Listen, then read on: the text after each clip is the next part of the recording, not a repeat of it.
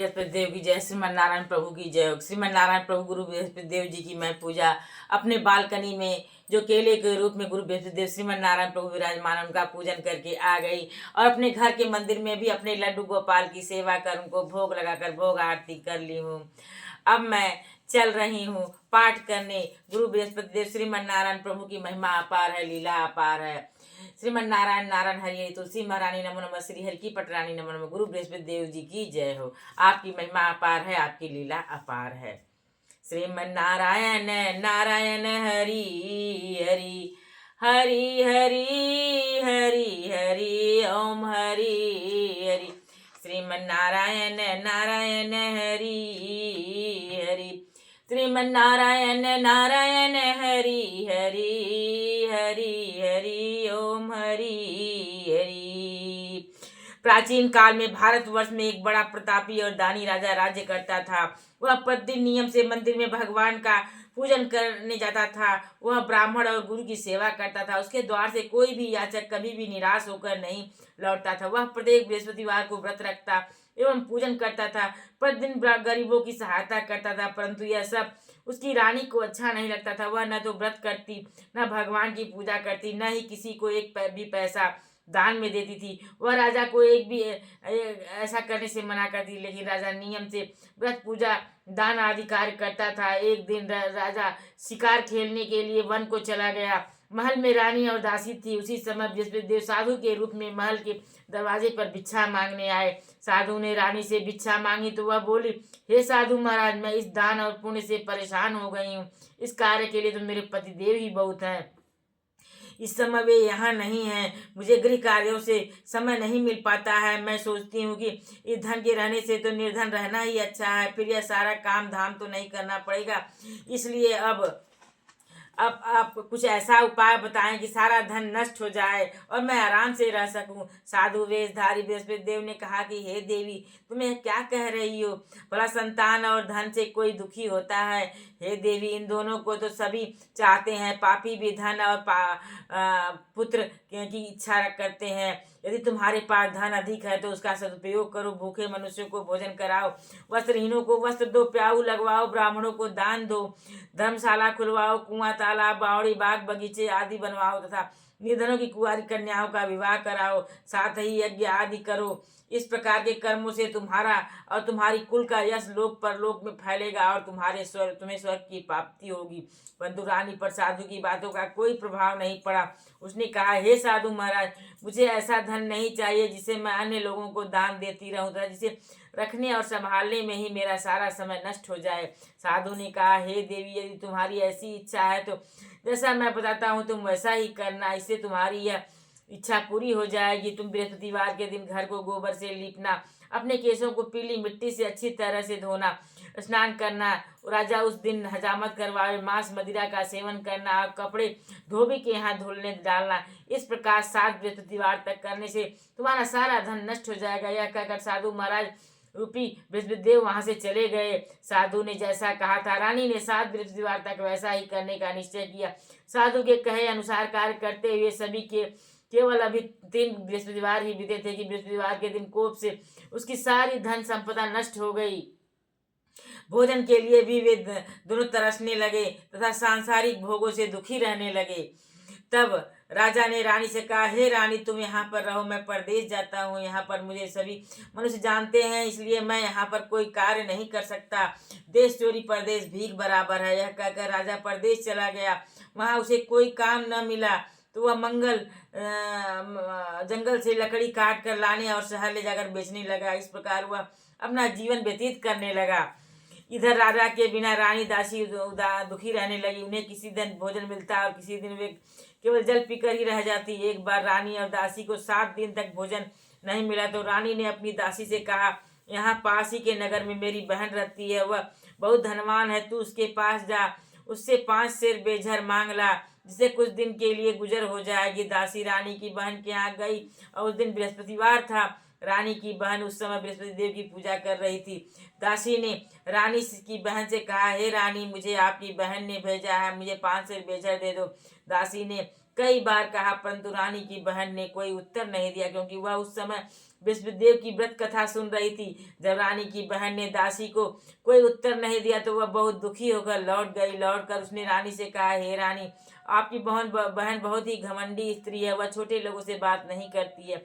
मैंने उससे कहा तो उसने कोई उत्तर नहीं दिया, मैं वापस चली आई। रानी बोली, इसमें उसका कोई दोष नहीं है, बुरे दिनों में कोई सहारा नहीं देता है, अच्छे बुरे का पता विपत्ति के समय ही चलता है, जो ईश्वर की इच्छा होगी वैसा ही होगा, यह सब हमारे भाग्य का दोष है।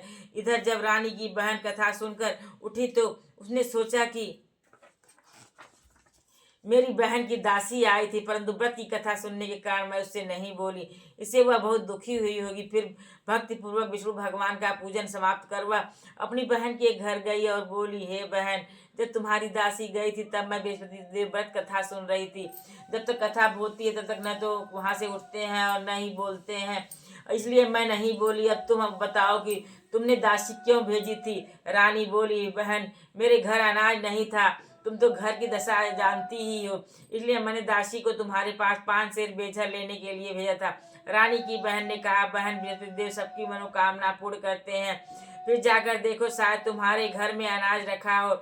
यह सुनकर दासी ने घर के अंदर जाकर देखा तो वहाँ उसे एक घड़ा बेझर से भरा हुआ मिल गया। उसे बहुत हैरानी हुई, क्योंकि वह पहले भी एक बर्तन देख चुकी थी।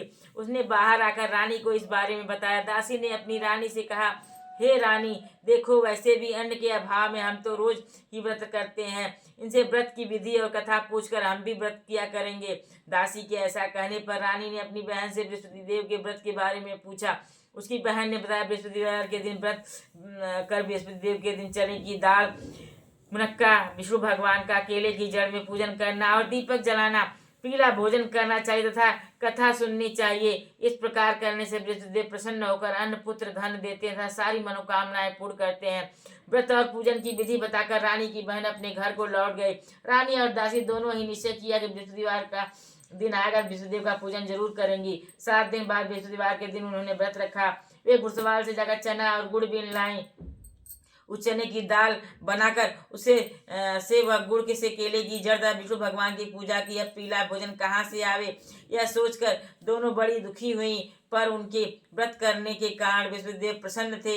अतः वह एक असाधारण व्यक्ति के रूप में 2 थालों में पीला भोजन लेकर आए और दासी को देकर बोले, यह भोजन तुम्हारी और तुम्हारी रानी के लिए है, तुम दोनों इस भोजन को करना। दासी भोजन पाकर बहुत प्रसन्न हुई। रानी के पास जाकर बोली, रानी जी, भोजन कर लो। रानी को भोजन के आने के विषय में कुछ भी पता नहीं था, इसलिए उसने दासी से कहा, जा तू ही भोजन कर, क्यों क्यों व्यर्थ में हमारी हंसी उड़ा रही है। दासी बोली, एक व्यक्ति भोजन दे गया है। ते रानी बोली, वह तेरे लिए भोजन दे गया होगा, तू ही भोजन कर। दासी ने कहा, वह व्यक्ति हम दोनों के लिए भोजन दे गया है, इसलिए मैं और आप दोनों ही साथ साथ भोजन करेंगी।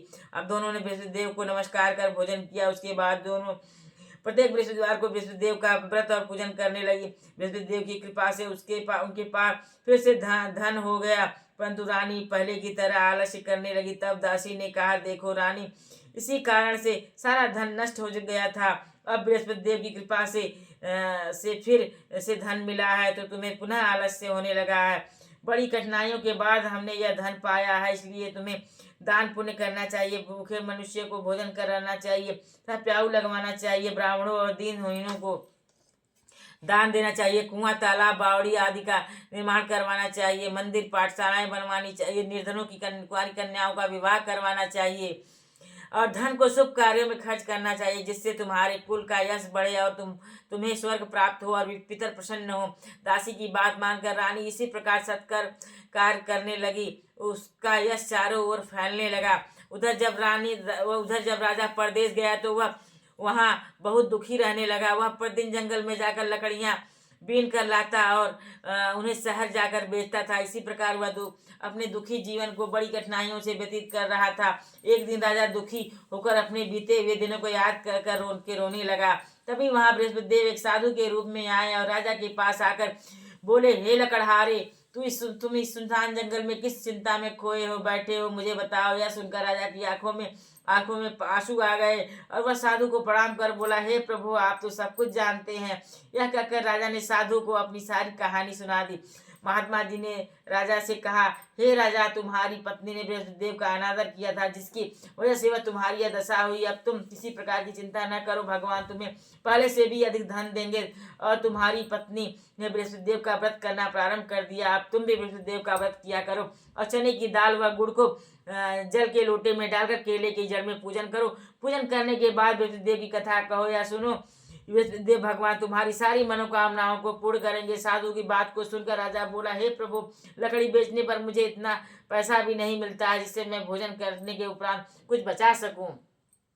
श्रीमन नारायण नारायण हरि हरि। रात को मैंने सपने में रानी को व्याकुल देखा है। मेरे पास कोई ऐसा नहीं है जिससे मैं उसका समाचार जान सकूं। फिर बृहस्पति देव की क्या कथा कहूँ, क्या सुनूं, ये मुझे नहीं मालूम है। साधु ने कहा, हे राजा, तुम किसी तरह की चिंता मत करो। बृहस्पतिवार के दिन तुम रोज की तरह लकड़ियां लेकर शहर जाओ और तुम्हारे रोज से दुगना धन मिलेगा, जिससे तुम अच्छी तरह से भोजन कर सकोगे तथा उसे बृहस्पति देव की पूजा का सामान भी ला सकोगे। श्रीमन नारायण नारायण हरि। आपकी महिमा अपार है। और कथा इस प्रकार है, बृहस्पति देव की कथा इस प्रकार है। प्राचीन काल में एक बहुत ही गरीब ब्राह्मण रहता था। उसके कोई संतान नहीं थी। वह नित्य पूजा पाठ करता था, लेकिन उसकी स्त्री बहुत मलिन स्वभाव की थी। वह न तो भोजन करती और न ही किसी देवी देवता का पूजन करती। वह सुबह उठते ही सबसे पहले भोजन करती, बाद में कोई अन्य कार्य करती। इससे वह ब्राह्मण बहुत दुखी रहता था। वह पत्नी को बहुत समझाता, पर वह कुछ नहीं सुनती थी। भगवान की कृपा से ब्राह्मण की पत्नी की एक कन्या उत्पन्न हुई। बड़ी होने पर वह कन्या नित्य प्रातः स्नान करके भगवान विष्णु की पूजा करती और बृहस्पति देव जी का व्रत भी करती। पूजा समाप्त कर विद्यालय जाती थी। अपनी मुट्ठी में जौ भर कर ले जाती थी और विद्यालय के मार्ग में डालती जाती थी। वे सारे जौ सोने के हो जाते थे। विद्यालय से लौटते समय उन्हें बीनकर घर ले जाती थी। एक दिन वह बालिका उन सोने के जौ को सूप में फटकार कर साफ कर रही थी। तभी उसके पिता ने बेटी से सोने के जौ को फटकारने के लिए सोने का सूप होना चाहिए कहा। अगले दिन बृहस्पतिवार था। उस बालिका ने व्रत रखा और बृहस्पति देव से प्रार्थना की, हे प्रभु, यदि मैंने सच्चे मन से आपकी पूजा की है तो मुझे सोने का सूप दे दो। बृहस्पति देव ने उसकी प्रार्थना को स्वीकार कर लिया और प्रतिदिन की तरह वह बालिका जौ फैलाती हुई विद्यालय चली गई। विद्यालय से लौटते समय जौ बीनते समय उसे बृहस्पति देव की कृपा से सोने का सूप मिल गया। उसे घर लाकर वह जौ साफ करने लगी, परंतु उसकी माँ उसी तरह मलिनता से रहने लगी। एक दिन यह कन्या सोने के सूप को सोने के जौ को सोने के सूप में फटकार रही थी। साफ करते उसी समय उस नगर का राजकुमार वहां से गुजरा। इस कन्या के रूपशील और गुणों को देखकर वह मोहित हो गया। राजमहल लौटकर उसने भोजन जल त्याग दिया तथा वह उदास होकर लेट गया। राजा को जब राजकुमार के अन्य जल त्यागने की पता चला तो वह अपने प्रधानमंत्री के साथ राजकुमार के पास गया। हे पुत्र, तुम्हें क्या कष्ट है? किसी ने तुम्हारा अपमान किया है या कोई कारण है तो बताओ, मैं वही करूंगा जिससे तुम प्रसन्न हो। अपने पिता की बातें सुनकर राजकुमार ने कहा, आपकी कृपा से मुझे किसी प्रकार के दुख नहीं है। नहीं किसी ने मेरा अपमान किया, लेकिन मैं उस लड़की के साथ विवाह करना चाहता हूँ जो सोने के जौ को सोने के सूप में साफ कर रही थी। जौ को सोने के सूप में साफ कर रही थी। यह सुनकर राजा को आश्चर्य हुआ। वह बोला, हे पुत्र, तुम ही इस तरह की कन्या का पता बताओ, मैं तुम्हारा विवाह उसी के साथ अवश्य कर दूंगा। राजकुमार ने राजा को उस कन्या के घर का पता बता दिया। प्रधानमंत्री उस लड़की के घर गया और राजकुमार की इच्छा के बारे में ब्राह्मण को बताया। कुछ ही दिन बाद ब्राह्मण ने विधि विधान के अनुसार अपनी कन्या का विवाह राजकुमार के साथ कर दिया। कन्या के घर से जाते ही वह ब्राह्मण पहले की तरह गरीब हो गया। वह भोजन के लिए अन्न भी नहीं, बड़ी कठिनाई से मिल पाता था। एक दिन दुखी होकर ब्राह्मण अपनी पुत्री से मिलने गया। कन्या ने पिता को दुखी देखा और अपनी माँ का हाल पूछा। ब्राह्मण ने सारा हाल बताया। कन्या ने अपने पिता को बहुत सा धन देकर विदा कर दिया। इस प्रकार ब्राह्मण का कुछ समय सुखपूर्वक बीता, लेकिन कुछ दिन बाद फिर वही हाल हो गया। ब्राह्मण फिर अपनी कन्या के यहाँ गया और सारा हाल बताया तो उसने कहा, हे पिताजी, आप माताजी को यहाँ लिवा लाइए, मैं उन्हें यह विधि बता दूंगी जिससे हमेशा के लिए आपकी गरीबी दूर हो जाएगी। ब्राह्मण घर गया और अपनी पत्नी को साथ लेकर अपनी पुत्री के पास पहुंचा तो पुत्री ने अपनी माँ को समझाते हुए कहा, हे माँ, तुम प्रातःकाल उठकर सबसे पहले स्नान आदि करके विष्णु भगवान का पूजन किया करो तथा तुम्हारे घर की सारी दरिद्रता दूर हो जाएगी। लेकिन उसकी माँ ने उसकी एक बात नहीं मानी। वह प्रातः उठकर अपनी पुत्री की बची हुई जूठन खा लेती है। एक दिन उसकी पुत्री को बहुत बड़ा गुस्सा आता है।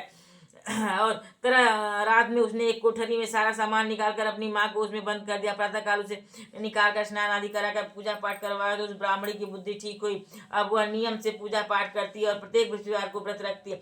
इस व्रत के करने से प्रभाव से ब्राह्मण और ब्राह्मणी बहुत ही धनवान और सुखी हो गए। बृहस्पति देवता के प्रभाव से इस लोक को सुख भोग कर वह दोनों स्वर्ग लोक को चले गए ब्राह्मण ब्राह्मणी। इस तरह कथा का साधु देवता वहां से अंतर ध्यान हो गए। धीरे धीरे समय बीतने पर बृहस्पतिवार का दिन आया। राजा जंगल से लकड़ी काट कर वहां उन्हें शहर बेचने गया। उस दिन उसे बाकी दिनों से अधिक धन मिला। राजा ने चना गुड़ आदि लाकर बृहस्पतिवार का व्रत रखा किया। उस दिन से उसके सारे क्लेश दूर हो गए। पर अगले बृहस्पतिवार को वह व्रत करना भूल गया। इस तरह से बृहस्पति देव राजा से नाराज हो जाने के कारण वह बहुत कष्ट झेलना पड़ा उसे। उस दिन उस नगर के राजा ने एक विशाल यज्ञ का आयोजन किया और उसने अपने पूरे राज्य में घोषणा करवा दी कि कोई भी व्यक्ति अपने घर में भोजन नहीं बनाएगा, ना ही आग जलाएगा। सभी लोग मेरे यहाँ आकर भोजन करें। जो इस आज्ञा का पालन नहीं करेगा उसे फांसी की सजा दे देगी। राजा के आदेश के अनुसार राज्य के सभी निवासी राजा के यहाँ भोजन सम्मिलित हुए। लकड़हारा थोड़ी देर से पहुंचा, इसलिए राजा उसे अपने साथ महल में लिवा ले गए। जब राजा लकड़हारे को भोजन करा रहे थे तो रानी की दृष्टि खूंटी पर पड़ गई, पर उसका हार वहां लटका हुआ था वहां उसे हार दिखाई नहीं दिया। रानी ने राजा सोचा कि अवश्य ही मेरा यह हार लकड़हारे ने चुरा लिया है। उसने उसी समय सैनिक बुलवाकर उस लकड़हारे को बंदीगृह में डलवा दिया। जब लकड़हारा बंदीगृह में गया तो दुखी होकर सोचने लगा कि न जाने किस जन्म में मैंने पाप किया था जो मुझे यह दुख मिला है। और उस साधु को यदि याद करने लगा उसे जंगल मिला था। उस समय बृहस्पतिदेव साधु के रूप में प्रकट हुए और उसकी दशा को देखकर बोले, हे राजा, तूने बृहस्पतिदेव को व्रत नहीं किया, इसलिए तुम्हें दुख मिला है। अब तू चिंता मत कर। अगले बृहस्पतिवार के दिन तुझे इस बंदीगृह के दरवाजे में 4 पैसे पड़े मिलेंगे। उनसे तू बृहस्पतिदेव का व्रत और पूजन करना तो सारे कष्ट दूर हो जाएंगे। अगले बृहस्पतिवार के दिन उस बंदीगृह के द्वार पर 4 पैसे पड़े मिले। राजा ने पूजा का सामान मंगवाया और कथा कहकर प्रसाद बांटा। उसी रात बृहस्पतिदेव ने उस नगर के राजा को स्वप्न में कहा कि हे राजा, तूने जिस व्यक्ति को बंदीगृह में बंद कर रखा है वह निर्दोष है। वह एक अन्य नगर का राजा है।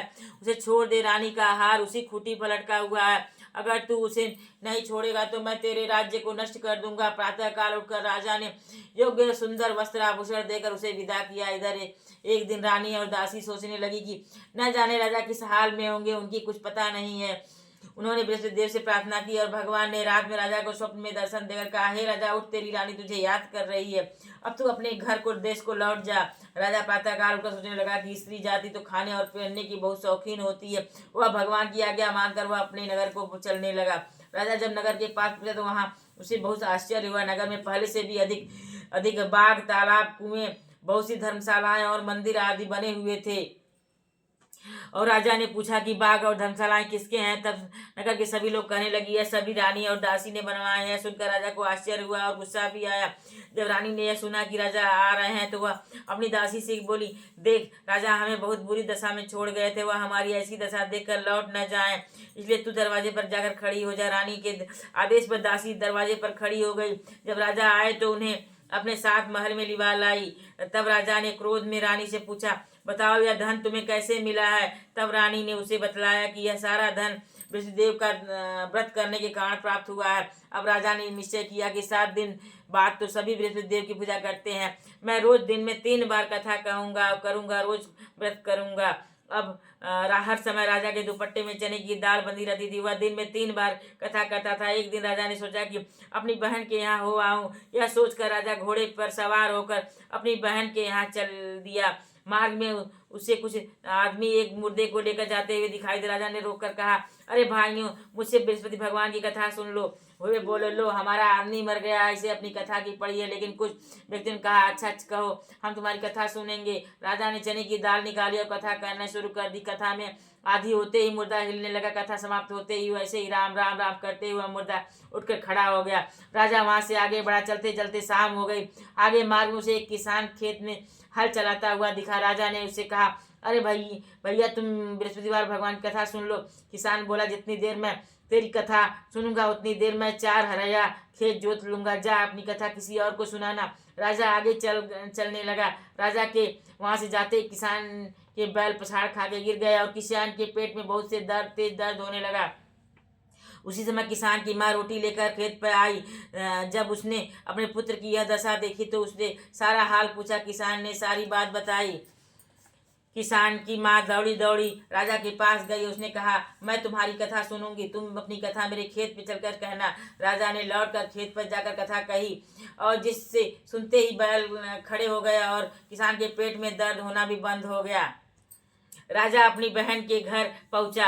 बहन ने भाई का बड़ा स्वागत किया। दूसरे दिन प्रातःकाल राजा जागा तो उसने देखा कि सभी लोग व्यक्ति भोजन करने लगे हैं। राजा ने अपनी बहन से पूछा, क्या कोई ऐसा व्यक्ति नहीं है जिसने भोजन न किया हो और जो मेरी बृहस्पतिवार की कथा सुन ले। बहन ने कहा, हे भैया, यहाँ के लोग पहले भोजन करते हैं, बाद में अन्य काम करते हैं। फिर भी यदि पड़ोस में कोई भोजन ऐसा व्यक्ति हो तो मैं देख आती हूँ। यह कहकर बहन देखने गई, लेकिन उसे कोई भी ऐसा व्यक्ति नहीं मिला जिसने भोजन न किया हो। फिर वह पड़ोस के एक कुम्हार के घर गई जिसका लड़का बहुत बीमार था।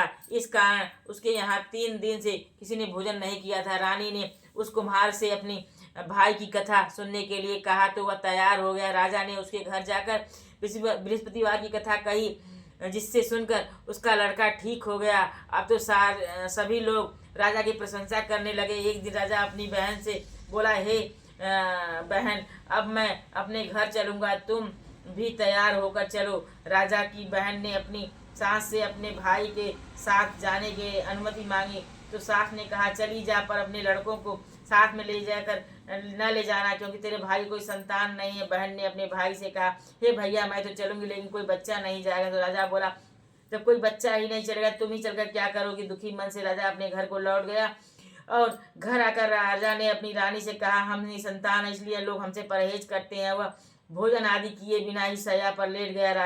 रानी ने कहा, हे प्रभु, बृहस्पति देव ने हमें सब कुछ दिया है, अतः हमें संतान भी अवश्य देंगे। उसी रात बृहस्पति देव ने राजा को स्वप्न में संतान प्राप्त होने का आशीर्वाद दिया। रानी गर्भवती हुई और वह 9वें महीने उसने एक सुंदर पुत्र को जन्म दिया। तब राजा ने अपनी रानी से कहा, हे रानी, स्त्री बिना भोजन के रह सकती है पर बिना कहे नहीं रह सकती है।